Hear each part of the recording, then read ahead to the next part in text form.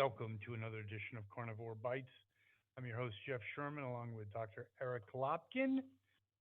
Humid day in good old Connecticut. So, who said, you're a baseball fan, I believe, who said deja vu all over again? Dr. Lopkin? Yeah, Yogi Berra. You are correct. And sometimes, well, many times he is correct. So, we have Basement 2.0 with Mamala basically having no policy statements on her website, no interviews. What do they call it? Bupkas, I believe they call. She'll do a CNN pre-recorded interview discussion, and she'll have a chaperone or esteemed running mate. I don't know what good he's going to do, but anyway, your thoughts, Dr. Lopkin. And right now, not that polls are excruciatingly important, but they're a bellwether. Vegas gives her a 55% chance of winning. Vegas odds. Yeah, How is this possible? the Vegas odds reflect the traditional post-convention bump. But I mean, you ask what good is going to be Tim Waltz being at the interview? The good is going to be he's going to be able to deflect when she starts going off on a word salad, and he's going to be able to interrupt when she starts looking bad. She is not capable of answering questions. And in fact, a pundit on CNN said that Harris's insistence on bringing Waltz to the interview shows that she has a complete lack of confidence in her own abilities. She's also pushing back on the ABC debate with Trump. She wants to change the rules now. Now she's decided she wants to have notes because she can't remember anything. She can't talk off the cuff. So she wants to be I, able to write things down ahead of time, or more appropriately, have a script writer write them so that she can just say things, off of her cue cards. okay, a eighth grader could do that. All you have to do is have them categorized, organized, deficit. B, I am four. Am I correct? Yeah, except I'm going to push back on one thing. You said an eighth grader could do it. A fourth grader could do this. Very good, 100%. I don't think that's going to fly. I think Trump's pushed back on that, but this shows. I don't understand how the odds are 55% for her. Geez, I've never seen anything like it. I would. Well, She did. They did say she did get a boost in the DNC, but I thought that was a colossal failure. But and even for the point of they were lying, saying that Taylor Swift and Beyonce was going to be there, and guess what? No show. I don't think they were ever even going to show. They just wanted to no, keep I people. don't think either one was actually scheduled. They just thought it was going to happen, or more likely, they just spread the rumor to build the Yeah, to keep people enthusiasm. tuned. One of the, not just people, one of the producers of the DNC gave an interview to Hollywood Reporter where he said even he was under the impression that Beyonce was coming. So I think they needed to keep the energy up on the floor for the sake of the show. And that's why they did this. As for the Vegas odds are affected by the polling. The polling, yes, there was a bump after the convention. It was much smaller than traditional post-convention bumps, but I think all of this actually comes down to a statement that was made a few days ago. Democratic Party pollsters have been saying now they think they're in a lot of trouble because Trump supporters are not responding to surveys. Republicans are not responding to surveys. So they're coming out with these great numbers for Harris, but the sample size and the statistical accuracy of these samples is skewed towards Kamala because Trump supporters don't trust the pollsters. Republicans don't trust the pollsters. So now the Democratic pollsters are actually coming out and going, we may have a bigger problem than these polls indicate. Well, I certainly hope so because, you can disagree on issues, but to have someone that is so incompetent, again, her biggest accomplishment in life was passing the bar exam second time, by the way, or second, take two stabs at it, and having an affair with Willie Brown when he was 60 and she was 29 and he was married. Other than that, it's like white noise. And I know that the Democrats know that's the case. I mean, it's inexcusable not to have not one interview for 30. What are you waiting for? 30 days? Not just But no she's flip flopped on everything. right, not just no interviews. She's put no concrete policy opinions out. She hasn't even taken questions except for one very quick thing where she spoke to reporters outside of Air Force Two and made no sense whatsoever and didn't come close to answering their questions. They know she is not ready for this. If they honestly believed that she was ready to be president, they would have forced Biden out much earlier. But they know she's Good not analysis. ready. And the only reason that they did force Biden out at this point was because it was blatantly obvious after his debate that he is no longer capable of doing the job. I think there's a very good chance you're going to see the same thing after the Harris Trump debate. The public is going to see she is not capable of doing the job. I would agree. I think that depending on the question, ABC is highly biased. So I do give credit to CNN. Jake Tapper and the crew did a good job, but I'm a They little did a yeah, leery. they did a great job I'm with the debate, fantastic job. but right now they're at CNN is actually going to have a do or die moment with that Harris interview, because if they lob softballs at her, it's going to destroy the credibility that they've been building up over the last several months. So it's going to be interesting from that point of view also what happens during that interview. Well, also let me talk about her chaperone. He's not exactly the most articulate dude in the world either. So it's like having you're drowning, and the person that's going to save you has never gone to the YMCA swim camp. Yeah, So it's not a good matchup. Honestly, the advantage that Harris has bringing Waltz is just that it's going to deflect attention away from her. I doubt he's going to look any better, although he is better than she is at delivering prepared remarks. So if they prep him enough, he has a better chance of passing muster on this interview than she does. And and there's her own staff has constantly said she refuses to do her homework. Well, if she doesn't do her homework on this in the debate, she's done.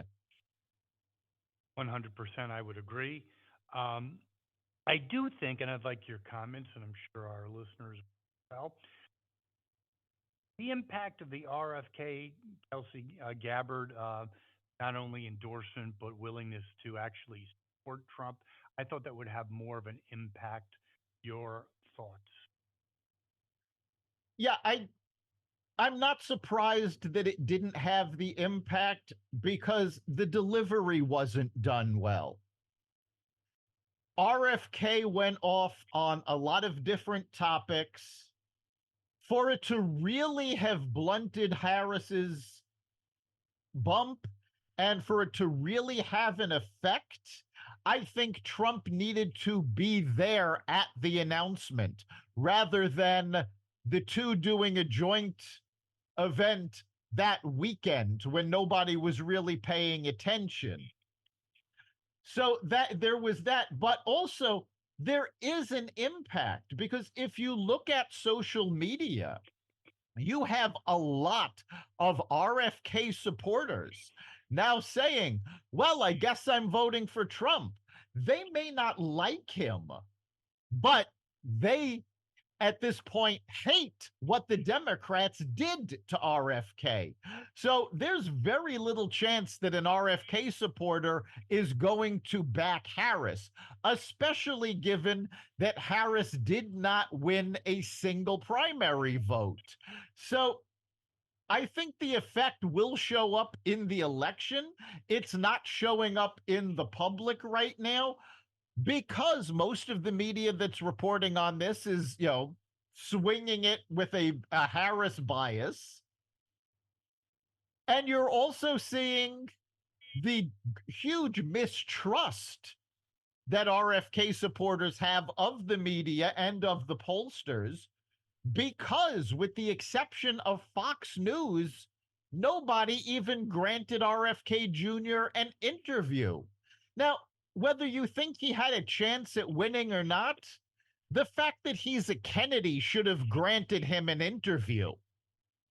The I fact, actually disagree. Do you know what I agree? Do you know what I believe is even more important? what? Not about okay. If the premise, the criteria is if you could win, I'm not so sure that's a very healthy bar. It's about a free exchange of ideas. Yes, And he certainly had enough support and had enough, let's just say, credible stances on many things. Might not agree on them, but certainly no idiot and deserved the light of day. Not giving him that shows the collusion between the DNC and corporate media. it certainly does. The media has been, and we've said this for years, an arm of the Democratic Party. And And swamped. CNN is trying to break free of that. We've seen that over the past few months, but we've also seen their own people fight back against that because they're so indoctrinated. I think, yes, I think CNN has made some good strides. I think it's very important that they do a fair and a thorough job tomorrow, or that broadcast comes out, because I think you're right. If they end up talking about donuts and global warming, I think you could just kiss this one goodbye. But also speaking about kissing things goodbye, Democrats, we look at RFK, Tulsi Gabbard, the party, member democracies on the ballot.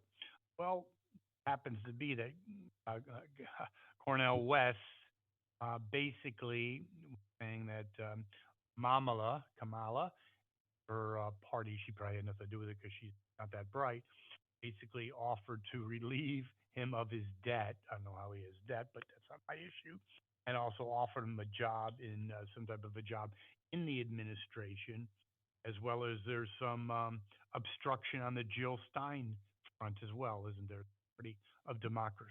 Yes, there is. Democracy is on the ballot, and the Democrats are doing everything they can to subvert democracy. They are suing to keep Green Party candidate Jill Stein off the ballot, especially in battleground states. They tried to bribe Cornell West to pull out of the campaign because they know both he and Jill Stein are only pulling votes away from Harris. Yeah, that's a Neither one, definite yes. yeah, neither one of both of them are actually to the left of Harris. So there's no way they're going to pull from Trump. They're also trying to, in the courts, force RFK Jr. to stay on the ballot in red leaning states and battleground states while trying to force him off the ballot in blue leaning states. Isn't that a Why? little convoluted?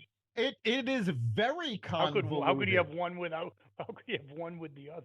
Makes no sense. Yeah, Like I want you off my property, but I insist that you camp out in my backyard. Okay. well, no, it's not quite the right analogy. It's more like I want you off of my property, but I want to require you to stay on my neighbor's lawn. There you go. I like that better. you, Yes. you know, it's As always, Dr. that's what Lopkin. they're Yes. trying to do because they know. I mean, let's face it, the entire Democratic process has been subverted by the Democratic Party. There was no real primary.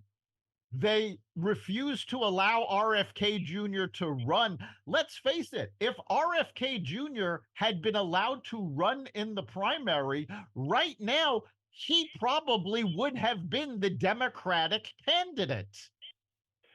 I would say there's probably very good chance he would be.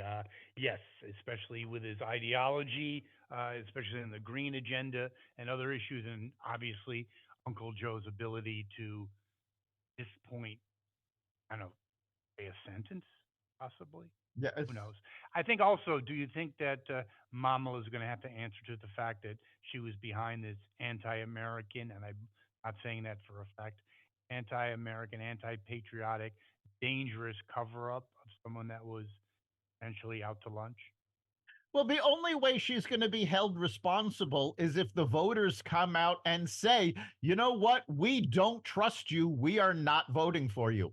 Because the media is never going to hold her accountable. They were complicit in the cover up. No question about it. You talk about election deniers and basically obstructing democracy.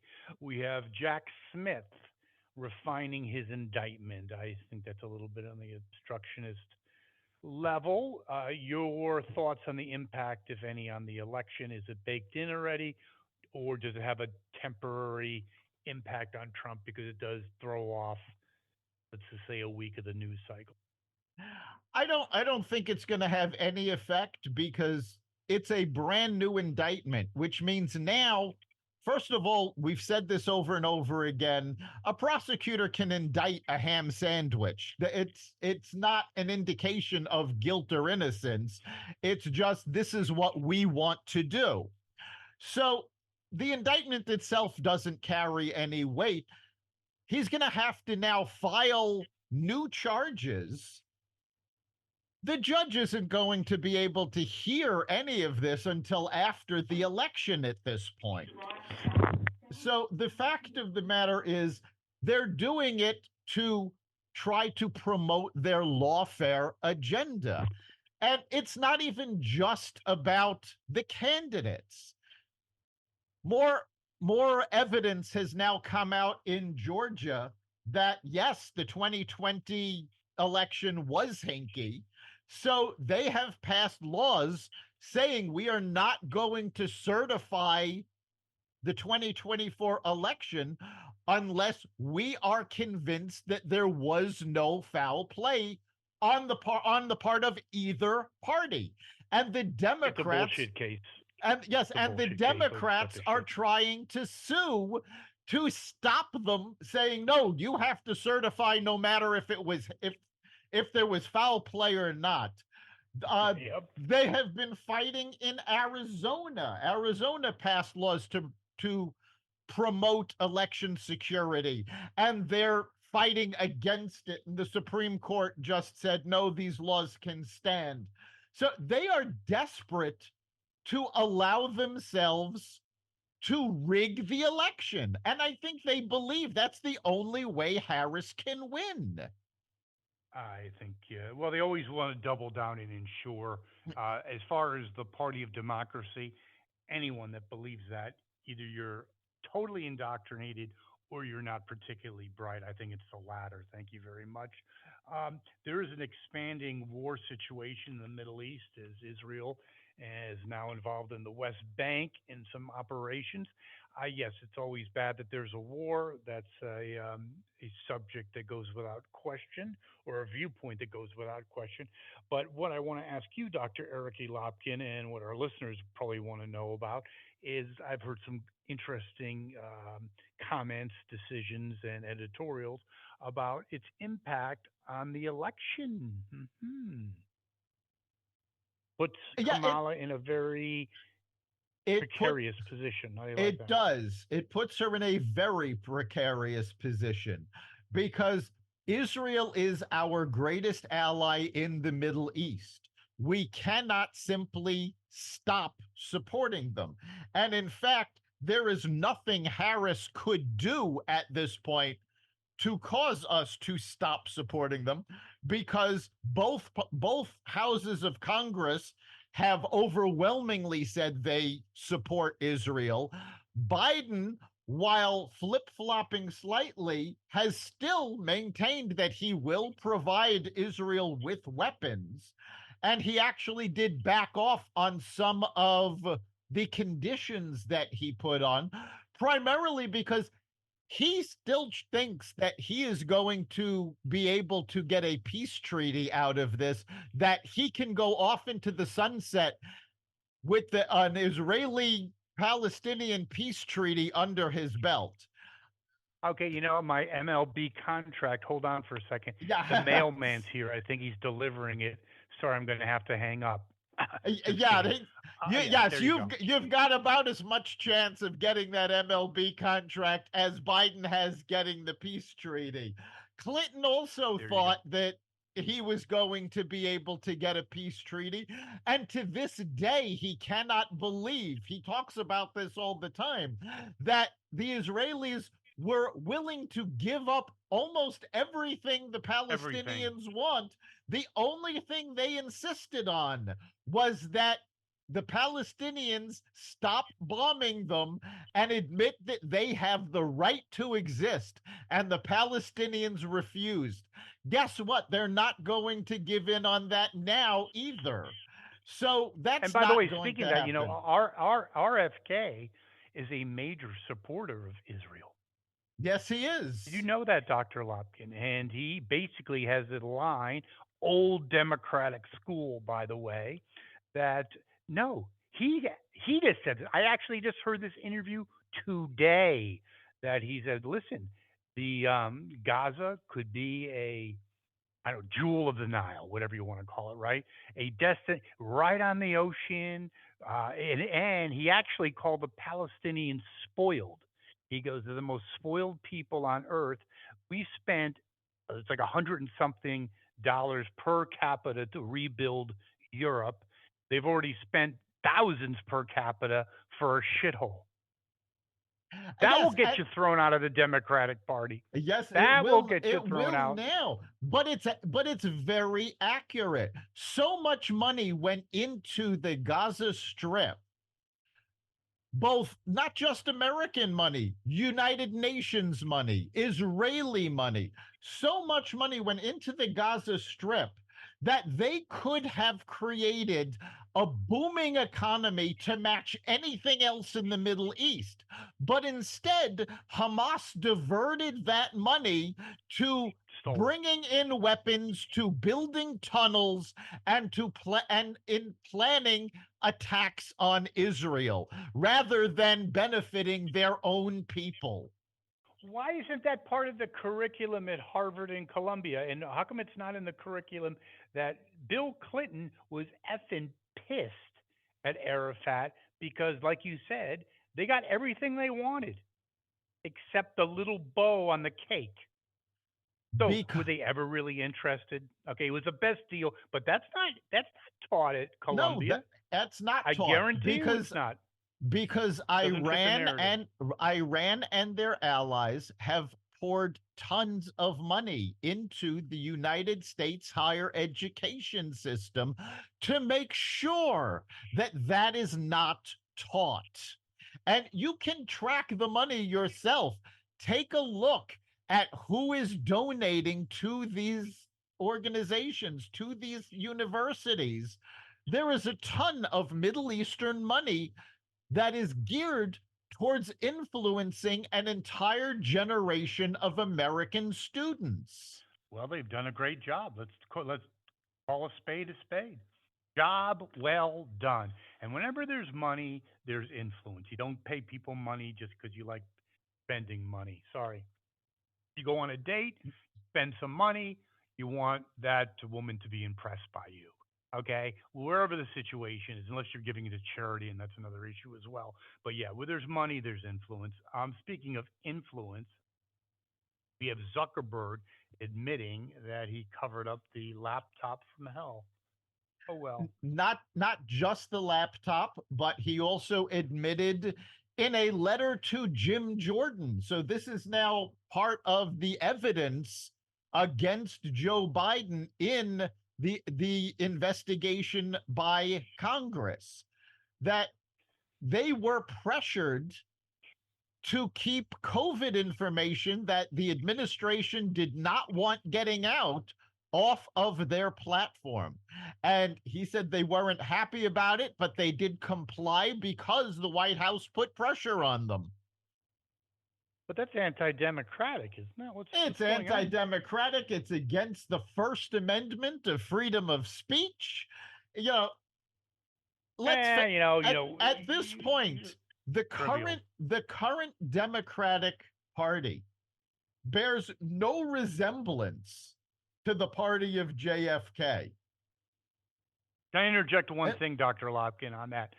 RFK, yeah, he's got some idiosyncrasies. I heard him in this interview, and you know something? It's like a time warp.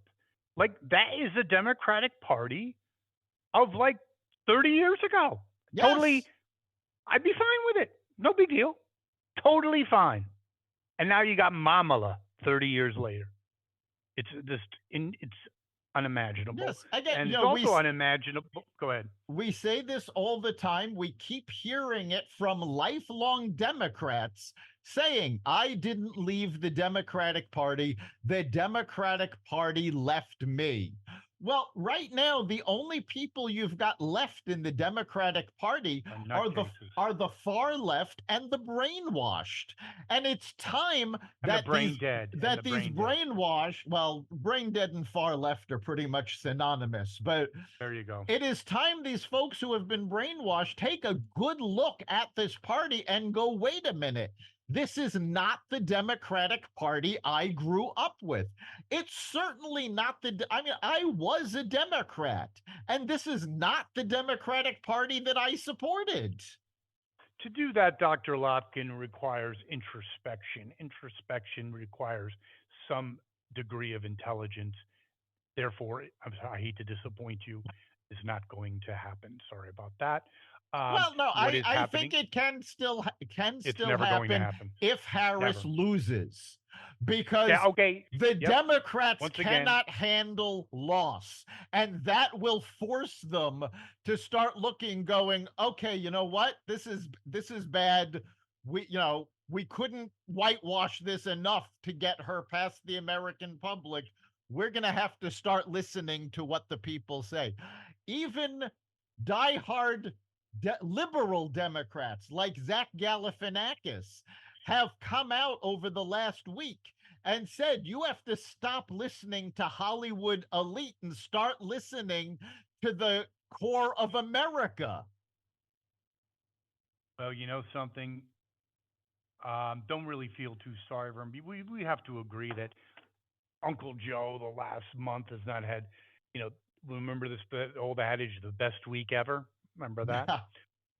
Yeah. Well, he didn't have the best month ever. And by the way, the Supreme Court just rebuffed his latest student loan forgiveness thing. Things aren't really going Uncle Joe's way. No, Oh well. in fact, most of the regulations and decisions that Biden has pushed over the last 4 years are now falling apart as they hit the courts, because these were all rulings that Congress would have to make a law for them to take effect. And since Congress didn't, Biden decided to make administrative regulations, executive orders, and these don't pass legal muster. So the courts are now shooting these down right and left. And thanks to the Supreme Court reversing course on the Chevron decision, and for those of our listeners who are not familiar with the Chevron decision, basically the Chevron decision said that the government administrations, the departments of regulatory, like the FDA, the FCC, the Department of Energy, these were full of experts. And the Chevron decision said that judges needed to defer to these experts. Well, the Supreme Court just said, in fact, there is no evidence that there is any expertise in government agencies. And so the judges need to look at each of these decisions on a case by case basis. And yes, the judges can overturn them. And now the judges are saying, yes, there was there's no expertise behind this. This is something that Congress needs to pass as a law, not a government agency. Well, expertise and Biden's cabinet are mutually exclusive. There you go. Well, Uh, I'll go further than that and just reiterate something we've said over and over again. The best and the brightest don't work for the government. no, that was not always the case, but it certainly is now. Speaking of things ending, we talked about, best and the brightest no longer going into government. Well, DEI looks like it's fading from popularity. Lowe's, a major corporation, multi-billion-dollar corporation, just ended it. And then Harley Davidson. Now, to be fair, motorcycle sales in general are declining, but they are ahead of the curve, a curve you don't want to be ahead on because of certain initiatives. Again, woke board of directors out of touch. They probably never even rode a Harley, right? Yes. And they're losing sales as we speak. So is DEI maybe one of if Mamala loses, I think DEI is just finished. You can just Yeah, well, I think regardless of whether Harris wins or not, DEI is leaving the corporation because the only reason that DEI was able to be pushed through on in so many cases was a McKinsey study that showed that DEI policies were going to benefit the bottom line. And mm-hmm. this has not only has this not been true, nobody has been able to duplicate that McKinsey study. And McKinsey won't release their methodology because they say it's a trade secret. So nobody's No, been it's able to because it was bullshit. How do you yeah, like that? nobody has been able to figure out how they came up with this. Now, Lowe's actually did a really quick 180 because Lowe's and Home Depot ended up on opposite sides of the spectrum. The founder of Home Depot is a longtime Republican donor. Mm-hmm. He's a longtime Trump donor. And the woke started yelling, well, you know what? We are going to boycott Home Depot and we can go buy things at Lowe's. And Home Depot said, you know what? You keep threatening to boycott us. It hasn't affected us financially yet, so we don't care what you say. Lowe's decided to play into this and say, yes, we will support Pride. We are there for you. And the anti-DEI, anti-woke audience went, yeah, take a look at what we did to Bud Light. And Lowe's went, oh, and immediately said, And Target, by the yes, way. and Target, and there are a number of others. And Lowe's went, yeah, you know Disney. what? Not only are we going to disband our DEI policies, we are not going to take part in any pride events anymore. We are not going to be financially supporting LGBTQ causes. We are out. Oh And well. and it's this is just the latest in a long line of companies. So far, just this year, we've got Lowe's, Best Buy, John Deere, Harley Davidson, all getting rid of their DEI departments. We've seen other companies cut back. While they haven't officially gotten rid of the DEI department, they have fired their DEI officers because May I D. interject something? Go Do ahead. you know what would be a hot topic on your resume? Right Okay. next to like buggy whip marketer would be DEI administrator. Yes, you're That not getting a your job, they'd be waiting in line for you. yes. The fact of the matter is DEI ended up in corporate America being a money pit. It did not increase employee engagement like it was supposed to. It did not increase the bottom line like it was supposed to. There was no corporate benefit. The only benefit that any business got from doing this woke agenda was they got a pat on the back from the wackos in the left. Now, we saw last year Target went all out on Pride Month. And this year they decided, you know what? We're going to stay out of this. We are not going to do this. Their Target's stock's going profit up. this Target's profits and stocks have gone up for the first time in years. There is a financial benefit to not kowtowing to the left. And the big problem that most of these businesses are starting to figure out, especially businesses like Lowe's and John Deere and Harley Davidson, is guess what? These left wing proponents of DEI and woke policies never bought their products to begin with. They never shopped there. So they're They never drank boycotting, that.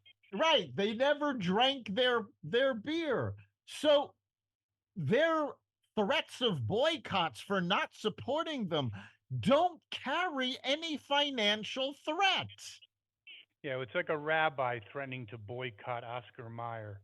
Doesn't have so many teeth, does it? There you go. Well, Exactly. Doctor, we're over our 300th, 302, right? Good Yeah. batting average, 302. You're probably a Hall of Famer, I would lifetime. You are a Hall of Famer yourself, Dr. Lopkin, and a contributor to a very, very cool book, correct? Hiya, thank you. My new book, Cracking the Rich Code, Volume 14. I am a contributing author with Jim Britt, Brian Tracy. It is a Tony Robbins project. And last week we found out it is now an international bestseller. So, yes, if As it should be, Dr. Lopkin. Just another, selfishly, just another feather in Carnivore Radio's hat, isn't it? it is, it just goes to show, when it comes to personal success and business success, we know what we're talking about. You are correct. Dr. Lopkin, this concludes another great 302. Just want to put that in your be in the bonnet. A 302 edition, and we'll be back next week. We have a special guest. Remember, like 2 months ago, we talked about nets with the Gen Zers and stuff, Yeah. failure to launch on steroids. We have a psychiatrist who's in the middle of writing a book, and he's going to shed some insights from a professional's perspective on this issue. Just a little bit of the show, and then we'll get into our usual red meat and interesting topics. I'm sure this one's going to be a good way to start it off in an interesting way as well. And if our listeners want to comment on our shows or give us input, how can they do that, Dr. Lopkin? Yes, they can go to xvadio.com/connect. Let us know what you think. You can also go to the Carnivore Radio Facebook page. Messages there. We want to hear what you think. And of course, you can catch every episode of Carnivore Radio at xvadio.com, the Carnivore Radio website, the Apple Podcasts app, Google Podcasts, Spotify, iHeartRadio, Audible, Amazon Music, and other platforms that respect freedom of speech. Thank you, Dr. Lopkin. See you next week. We'll see you then.